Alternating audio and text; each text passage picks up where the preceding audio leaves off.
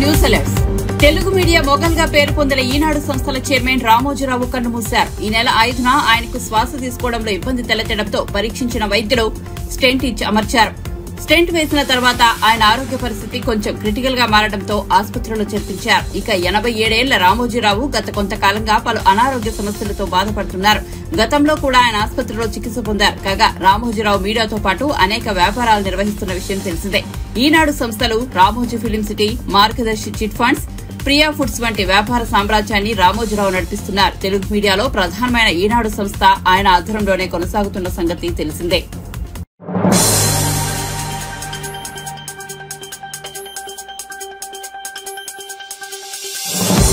వరుసగా మూడోసారి ప్రధానిగా నరేంద్ర మోదీ ప్రమాణ స్వీకారం చేసేందుకు ముహూర్తం ఖరారైంది. జూన్ 9వ తేదీ రాత్రి 7:15 ఢిల్లీలోని రాష్ట్రపతి భవన్ లో ఈ ప్రమాణ స్వీకారోత్సవం జరగనుంది. నరేంద్ర మోదీతో మంత్రివర్గం సభ్యులతో రాష్ట్రపతి ద్రౌపది ముర్ము ప్రమాణ స్వీకారం చేయనున్నారు. ఈ మేరకు రాష్ట్రపతి భవన్ నుంచి ఒక ప్రకటన వెలువడింది. కాగా టీడీపీ అధినేత చంద్రబాబు, బీజేపీ జాతీయ అధ్యక్షుడు జేపీ నడ్డాతో ప్రత్యేకంగా సమావేశమయ్యారు. వీరి భేటీ దాదాపు అరగంట పాటు సాగింది. అనంతరం చంద్రబాబు అమిత్ షాను కలిశారు. బీజేపీ అగ్రనేతలతో సమావేశం అనంతరం చంద్రబాబు టీడీపీ ఎంపీలను కలిశారు. ఎన్డీఏ పెద్దలతో సమావేశం వివరాలను చంద్రబాబు తన ఎంపీలతో పంచుకున్నారు.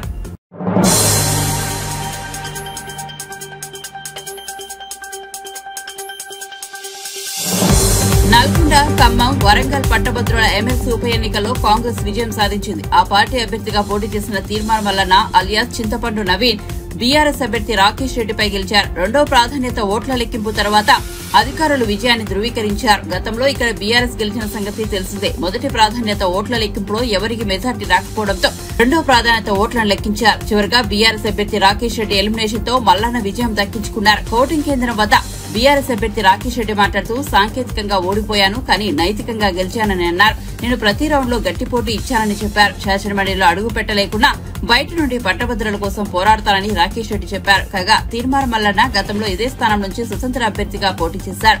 ఈ ఎన్నికల్లో కూడా గట్టి పోటీ ఇచ్చారు. బీఆర్ఎస్ అభ్యర్థి వల్ల రాజేశ్వర్ రెడ్డి చేతిలో ఓడిపోయారు. గతంలో మహబూబ్ నగర్, రంగారెడ్డి, హైదరాబాద్ పట్టభద్రుల ఎమ్మెల్సీ స్థానం నుంచి కాంగ్రెస్ తరఫున పోటీ చేసి ఓడిపోయారు. కాంగ్రెస్ పార్టీ అభ్యర్థి తన కోటా మ్యాజిక్ ఫిగర్ ను చేరుకోకుండా మేము కట్టడి చేయగలిగాం.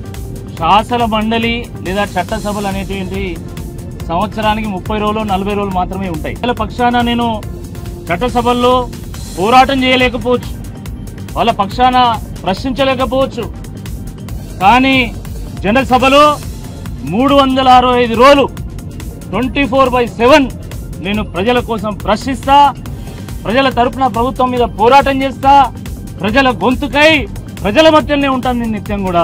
చాలా మంది పార్టీలకు అతీతంగా నేను బీఆర్ఎస్ పార్టీకి చెందిన వాడిని అయినా కూడా అటు కాంగ్రెస్ పార్టీ వాళ్ళు కానీ లేదా భారతీయ జనతా పార్టీ వాళ్ళు కానీ ఇలాంటి వ్యక్తి చట్టసభలో ఉంటే బాగుంటుందని చెప్పేసి వాళ్ళు కోరుకున్నారు. ఓట్ల రూపంలో దాన్ని వాళ్ళు ప్రతిబింబించే విధంగా కూడా చేయడం జరిగింది. ఇదే కాంగ్రెస్ పార్టీ అభ్యర్థికి ఓటు వేసినటువంటి మొదటి ప్రాధాన్యత ఓటు వేసినటువంటి వాళ్ళలో సగానికి పైగా నాకు ఓట్లు వేసాను సెకండ్ ప్రయారిటీలో. అంటే కాంగ్రెస్ పార్టీ ఓటు వేసినటువంటి వాళ్ళు కూడా నేను గెలవాలని కోరుకున్నారు. కానీ దురదృష్టవశాత్తు మొత్తం ప్రభుత్వానికి ఎదురొడ్డి పోరాడింది. అధికార యంత్రాంగం ప్రభుత్వం మొత్తం ఒకవైపు అయితే నేను మా పార్టీ ఇంకోవైపు. కాబట్టి నేను విజయం సాధించలేకపోవచ్చు, కానీ తప్పకుండా నైతికంగా తప్పకుండా నేను విజయం సాధించాను 100%. వివిధ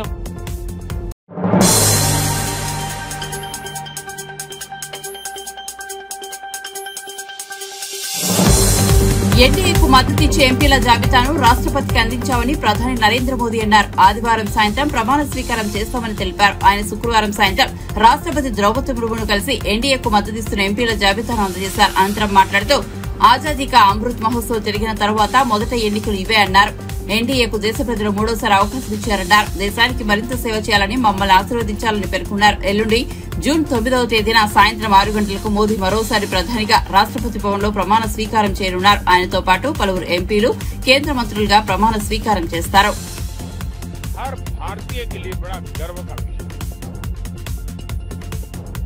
और मैं देशवासियों को विश्वास दिलाता हूं 18वीं लोकसभा में भी हमारे 5 साल के कार्यकाल में भी हम उसी गति के साथ उतने ही समर्पण भाव से देश की आशा आकांक्षाओं को पूर्ण करने में कोई कमी नहीं रखी। आज सुबह एनडीए की मीटिंग हुई। एनडीए के सभी साथियों ने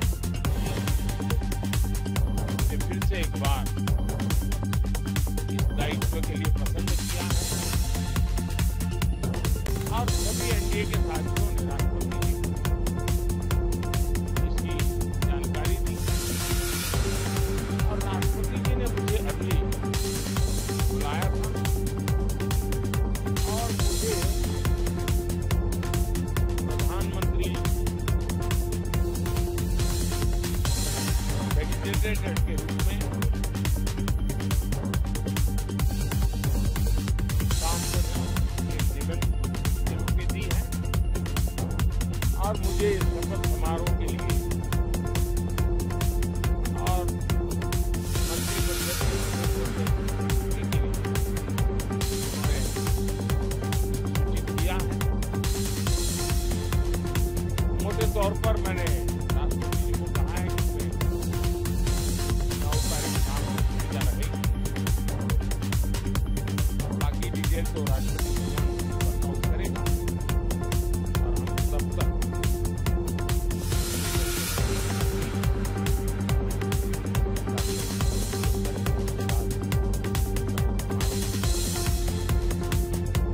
साथियों, सरकार एनडीए की एक प्रकार से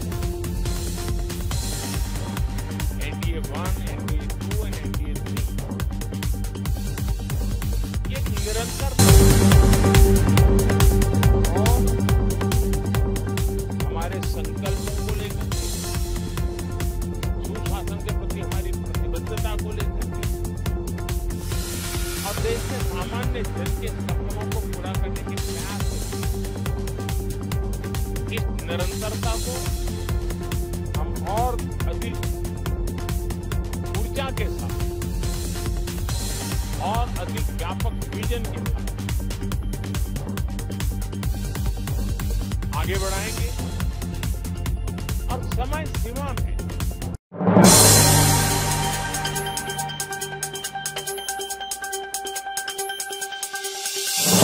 గన్నవరంలో వల్లభనేని వంశీ నివాసంపై టీడీపీ గుండాలు దాడి చేశారంటూ వైసీపీ తీవ్ర ఆరోపణలు చేయడం తెలిసిందే. దీనిపై గన్నవరం టీడీపీ ఎమ్మెల్యే యార్లగడ్డ వెంకట్రావు స్పందించారు.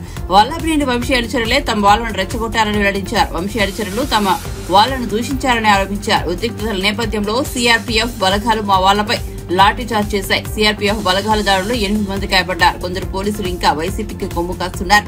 మా కార్యకర్తల్లో 5 కనిపించడం లేదు. వారిని వెంటనే విడిచిపెట్టాలని యార్లగడ్డ వెంకట్రావు డిమాండ్ చేశారు. వాళ్ళకి రక్షణ కల్పించారు తప్ప ఎల్లిన ఏళ్ల మీద దాడి చేసి ఇంకా వైసీపీ ప్రభుత్వం ఉన్నట్టుగా వాళ్ళు భావిస్తున్నారు. గతంలో ఇదే పరిస్థితులు ఉన్నాయి. నా నియోజకవర్గంలో పోలీస్ స్టేషన్ ఉన్నా వేస్ట్ అని చెప్పా మీ మీడియాతో. అన్ని అక్రమ కేసులు, ఎవడు దెబ్బలు తిన్నాడు ఆడి మీదే కేసులు పెడతారు. ఎనికేపాడులో అతను ఆ రోజు వస్తే ఆ రోజు 170 మంది పోలీసులు రోప్ పట్టి పెట్టి ఉన్నందుకు సిగ్గుపడాలి పోలీసులు. అదే పోలీస్ సిస్టమ్ దాదాపు వాళ్లే ఉన్నారు ఆఫీసర్లు, సిపి గారు తప్ప. ఇవాళ మళ్ళా కార్యకర్తలని వాళ్ళకి ఇంజురీస్ అయితే పోలీసు వాళ్ళు లాఠీ చార్జ్లో పోలీసు వాళ్ళు సిఆర్పీఎఫ్ని పిలిచారు. అంటే ఈ లా అండ్ ఆర్డర్ని వీళ్ళు ఏడవలేరా? వీళ్ళు కంట్రోల్ చేయలేక సిఆర్పీఎఫ్ని పిలిచారా? లేకపోతే గతంలో ఉన్న సంబంధాలు, గతంలో తీసుకున్న డబ్బులు, గతంలో ఉన్న సంబంధాలతో ఇంకా అలాగే కొనసాగుదాం అనుకుంటున్నారా? ఇప్పుడు కూడా 6 తెలుగుదేశం పార్టీ కార్యకర్తలు ఎక్కడున్నారో తెలియదు, ఏ స్టేషన్లో ఉన్నారో తెలియదు. ఒక 2 మాచవరం స్టేషన్లో ఉంటే వాళ్ళు మాత్రం పంపించారు, వాళ్ళు హాస్పిటల్ అడ్మిట్ అయ్యారు. తెలుగుదేశం పార్టీ కార్యకర్తల మీద దాడి జరిగితే తెలుగుదేశం పార్టీ కార్యకర్తలని నేను సంయమనం పాటించాల్సిందిగా నేను మా శ్రేణులందరికీ చెప్పా. ప్రజాస్వామ్యంలో హింసకు తావలేదని చెప్పా. అలాగే నేను మా వాళ్ళని సంయమనం పాటించమని చెబుతున్నా. కానీ ఎన్నికలకు ముందు తేలపురంలో జరిగిన సంఘటనలు కానీ, నేను పోలింగ్ సరళిని పరిశీలించడానికి వెళ్ళినప్పుడు నా కారు మీద దాడి చేసినప్పుడు కానీ ఏమీ చేయలేని పోలీసు ఇవాళ మాత్రం సిఆర్పీఎఫ్ని పిలిచి తెలుగుదేశం పార్టీ కార్యకర్తలు కొట్టిస్తానని తీవ్రంగా ఖండిస్తున్నా. పోలీస్ శాఖ వైఫల్యంగా నేను భావిస్తున్నా. అంటే ఈ ఇంత పెద్ద విజయవాడ కమిషనరేట్లో పోలీసులు చాలక సిఆర్పీఎఫ్ని పిలిచారని అడుగుతున్నా. అసలు పోలీసులు ఎంతమంది ఉన్నారని అడుగుతున్నా.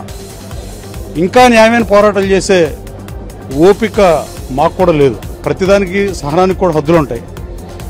మేం గొడవలకు వెళ్ళం కానీ కార్యకర్తలు అత్యుత్సాహంతో కొన్నిసార్లు చేస్తే అన్నీ మనకు తెలిసేది. నేను వారిస్తున్న గ్రామాల్లో కొన్నిసార్లు జరుగుతున్నాయి. నేను గన్నవరం నియోజకవర్గంలో విజయోత్సవ ర్యాలీగా నేను పెట్టలా. ఎందుకంటే సమయం పాటిద్దాం మనం, లేకపోతే గొడవలు జరుగుతాయనే ఉద్దేశంతో వీడియో కూడా నేను రిలీజ్ చేశాను. ఈ పోలీస్ శాఖలు మరి ఏం చేస్తున్నారో నాకైతే అర్థం అవట్లా. వాళ్ళకి నేను తెలుగులో చెప్పాను, పోలీస్ డిపార్ట్మెంట్ చాలా దుర్మార్గంగా వ్యవహరించింది. దాంట్లో నో డౌట్ అబౌట్ ఇట్. అంటే పోలీస్ శాఖ వారు అక్కడికి వెళ్ళిన తెలుగుదేశం పార్టీ కార్యకర్తలను అదుపు చేయలేక అవతల డాబాపైకి ఎక్కి ఏదో ఫింగర్స్ చూపెత్తే లాంటి కవ్వింపు చర్యలు పాల్పడితే దుర్మార్గంగా వ్యవహరించారు. అక్కడ ఉన్న వాళ్ళు చెప్తారు ఏం జరిగిందో. నేను వాళ్ళని వారిచ్చి నాకు తెలియకుండా జరిగిన సంఘటన. యాక్చువల్లీ నేను రాత్రి 3:30 ఇక్కడ ఉన్న గన్నవరంలో వచ్చి కలుస్తుంటే పొద్దున్న 6 దగ్గర నుంచే ఇంటికి మళ్ళీ వస్తుంటే వాళ్ళు 2 ఇప్పుడు 2:15 ఏసీపీలు సీఏలు అందరూ నేను కలవడానికి వచ్చారు మర్యాదపూర్వకంగా. నేను వాళ్ళకు కూడా చెప్పాను, నిద్రలేదు రాత్రి నుంచి 2 గంటలు పడుతుందని మామూలు క్యాజువల్గా చెప్పాను. నేను తర్వాత జరిగిన సంఘటన తెలుసుకుని కార్యకర్తల కోసం అక్కడికి వెళ్ళా. పోలీసు ఎంత దుర్మార్గులు అంటే, sorry to say this word,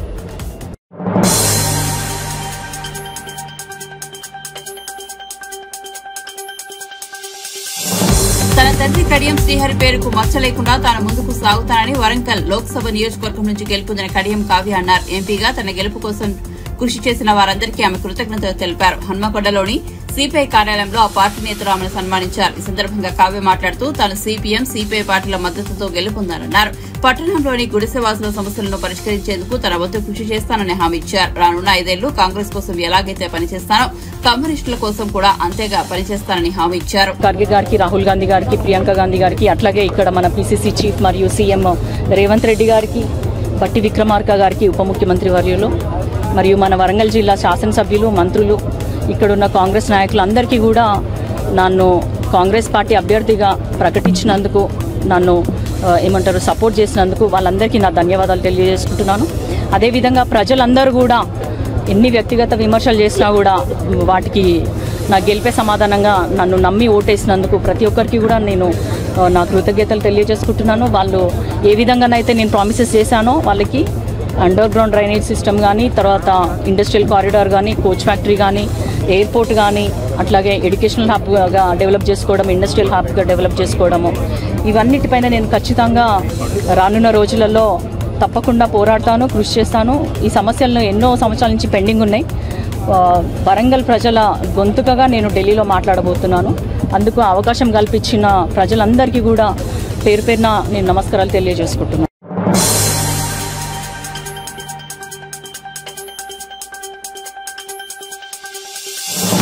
Kaleshwaram project మరమ్మతు పనులను వేగవంతం చేయాలని నిర్మాణ సంస్థలు సంబంధిత అధికారులను ఆదేశిస్తామని మంత్రి ఉత్తమ్ కుమార్ రెడ్డి తెలిపారు. ఎన్నికల కోడ్ ముగియడంతో అన్నారం, మేడిగడ్డ, సుందిల బ్యారేజీల పరిశీలనకు మంత్రి ఉత్తమ్ వెళ్లారు. ఈ సందర్భంగా ఆయన మీడియాతో మాట్లాడారు. గత ప్రభుత్వం అధికారంలో ఉన్నప్పుడే మేడిగడ్డ ప్రాజెక్టు కుంగిందని, అయినా అప్పటి సర్కారు ఎటువంటి చర్యలు చేపట్టలేదని విమర్శించారు.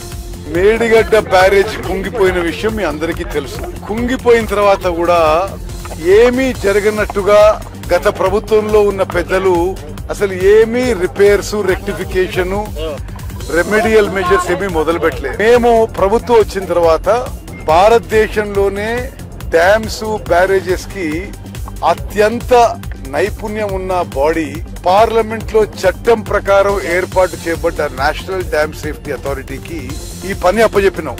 ఈ 3 బ్యారేజెస్ కూడా పరిశీలన చేయండి.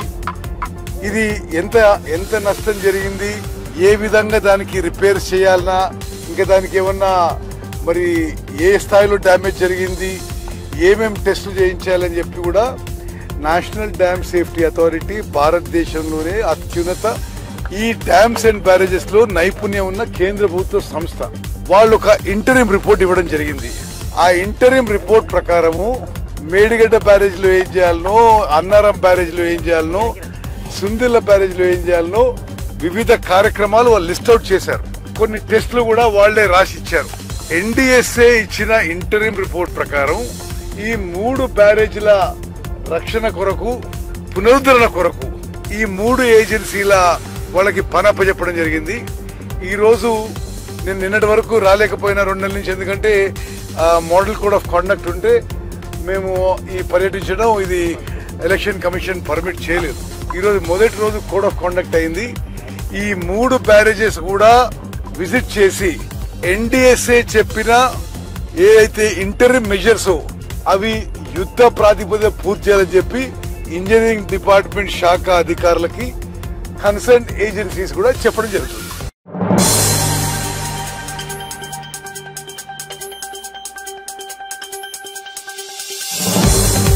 ఇటీవల ఏపీ ఎన్నికల సందర్భంగా టాలీవుడ్ నటి ప్రముఖ యాంకర్ శ్యామల పిఠాపురంలో వైసీపీ అభ్యర్థి వంగ గీత తరపున ప్రచారం చేయడం తెలిసిందే. ఈ సందర్భంగా ఆమె జనసేనాని పవన్ కళ్యాణ్ పై చేసిన వ్యాఖ్యలు జనశ్రేణుల్లో తీవ్ర ఆగ్రహం కలిగించాయి. పిఠాపురంలో వంగ గీత విషయం పక్క పవన్ అరవడం, ఆయాసపడ్డం తప్ప ఇతరులకు సాయపడ్డం నేనెప్పుడు చూడలేదంటూ శ్యామల చేసిన వ్యాఖ్యలతో పవన్ అభిమానులు జన సైనికులు బగ్గుమన్నారు.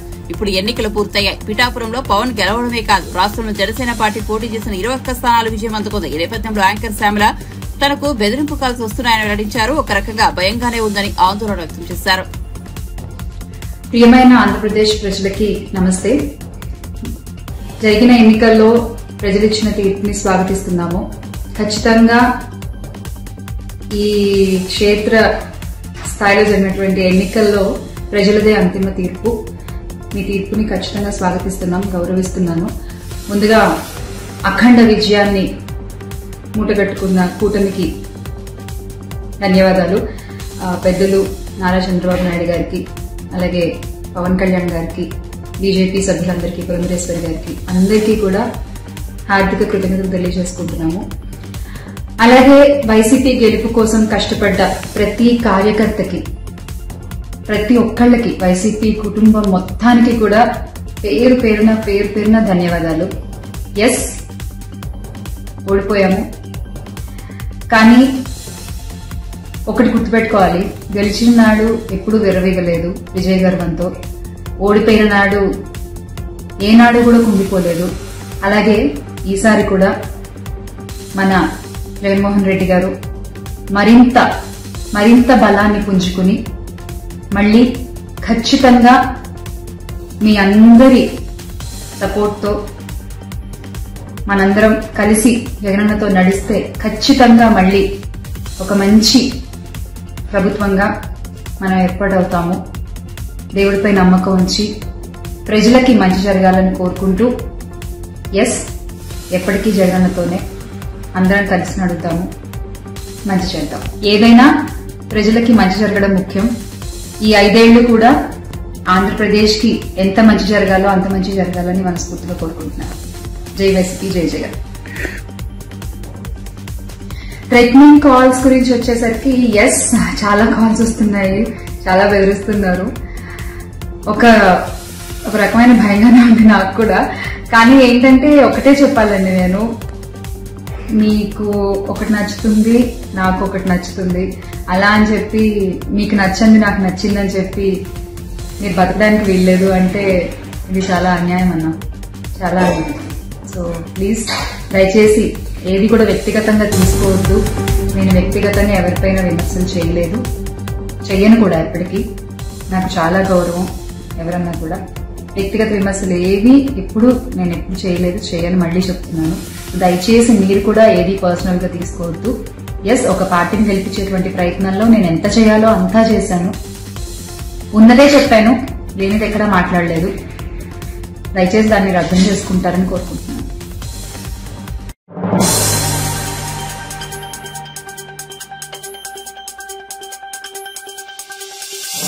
తెలుగుదేశానికి ఆంధ్రప్రదేశ్ అభివృద్ది, సంక్షేమమే ముఖ్యమని, పదవులు కాదని ఆ పార్టీ సీనియర్ నేత కనకమేడల రవీంద్ర కుమార్ స్పష్టం చేశారు.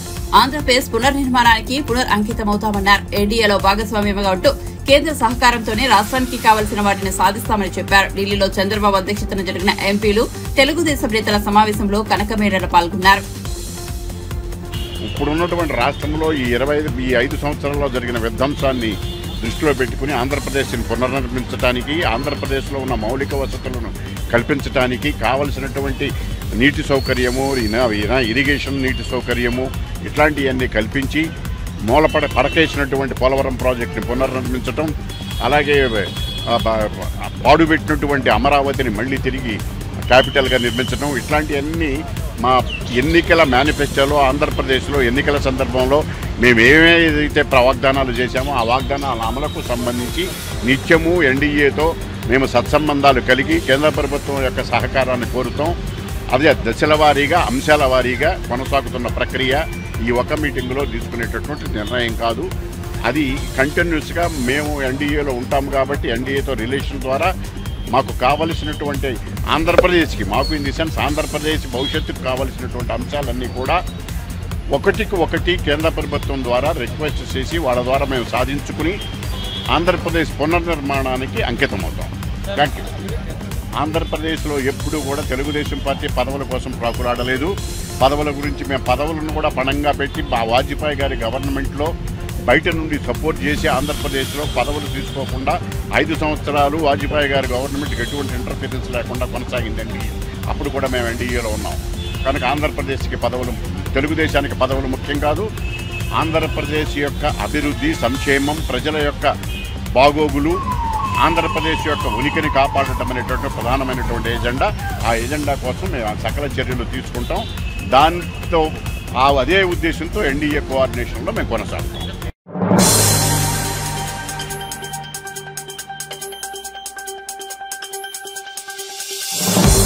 అన్నమయ్య జిల్లా రాజంపేటలో టీడీపీ జనసేనకు మద్దతుగా వైఎస్సార్సీపీ మాజీ ఎమ్మెల్యే మేడా మల్లికార్జున రెడ్డి పేరుతో ఫ్లెక్సీలు వెలిశాయి. కాబోయే ముఖ్యమంత్రి చంద్రబాబు, జనసేన అధినేత పవన్ కళ్యాణ్ కు మల్లికార్జున రెడ్డి శుభాకాంక్షలు తెలుపుతున్నట్లుగా ఆ బ్యానర్లపై ఉంది.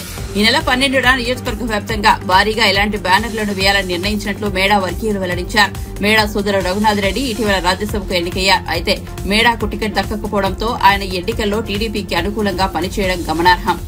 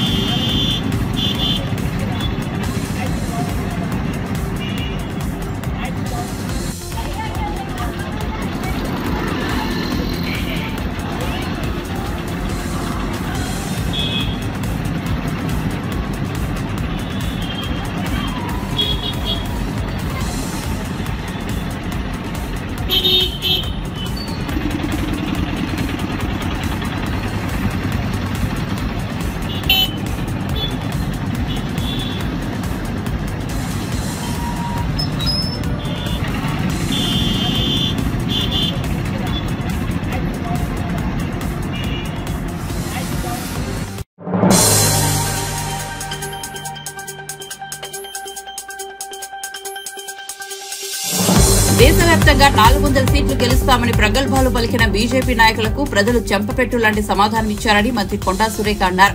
వరంగల్లోని భద్రకాళి అమ్మవారిని ఆమె శుక్రవారం దర్శించుకున్నారు. అనంతరం మీడియాతో మాట్లాడిన మంత్రి ఇండియా కూటమి ఎన్నికల ఫలితాలు సంతృప్తికరంగా ఉన్నాయని తెలిపారు.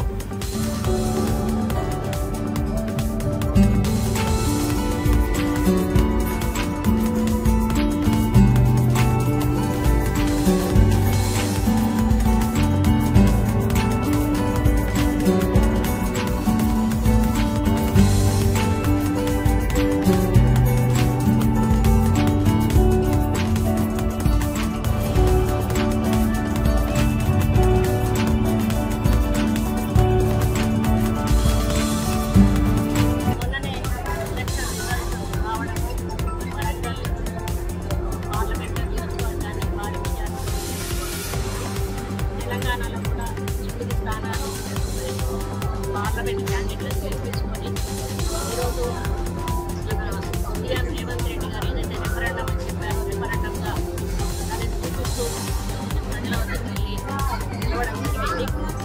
కేంద్రంలో కూడా చెంపపెట్టులాగా బీజేపీ గెలిచిన ఓడిన చందంగా ప్రభుత్వాల్లో రాబోతా ఉంది. కాంగ్రెస్ కూటమి ఏదైతే ఇండియా కూటమి ఉందో ఊహించిన మెజారిటీకి కొంచెం తక్కువలో అయినా కూడా మేము అనుకున్న విజయాన్ని సాధించామని చెప్పాల్సిన అవసరం ఉంది. రైతులంగా కూడా ఇండియా కూటమి గెలుస్తుందని చెప్పాల్సిన అవసరం ఉంది. మోడీ 400 సీట్ల వస్తాయి అని చెప్పిన మోడీకి మరి దాన్ని రీచ్ కాలేకపోవడం కూడా ప్రజల వ్యతిరేకత అనేది కూడా సందర్భంగా తెలియజేస్తా ఉన్నాను. ఏది ఏమైనా కూడా రేపటి ఎన్నికల ముగియబోతా ఉంది. మా ఎలక్షన్స్ రాగానే వితిన్ 1 to 2 monthsలో ఈ ఎలక్షన్స్ రావడం వలన కొంత ఎలక్షన్ కోడ్ 2 నెలల నుంచి ఉండడం వలన మేము అనుకున్న రీతిలో ప్రజల్లో ఉండకపోయినా కూడా 6 గ్యారంటీలలో 5 గ్యారంటీలను వర్తిస్తాము. రాబోయే ఇప్పటి నుంచి కూడా మిగతా గ్యారంటీల మీద దృష్టి సారించి అభివృద్ధి సంక్షేమమే ధ్యేయంగా ఈ ప్రభుత్వం ముందుకు పోతుందని తెలియజేస్తా ఉన్నాను. రేవంత్ రెడ్డి గారి నాయకత్వంలో మరి అదేవిధంగా ఒక మినిస్టర్గా మొదటిసారిగా ఇంటికి రావడం జరిగింది.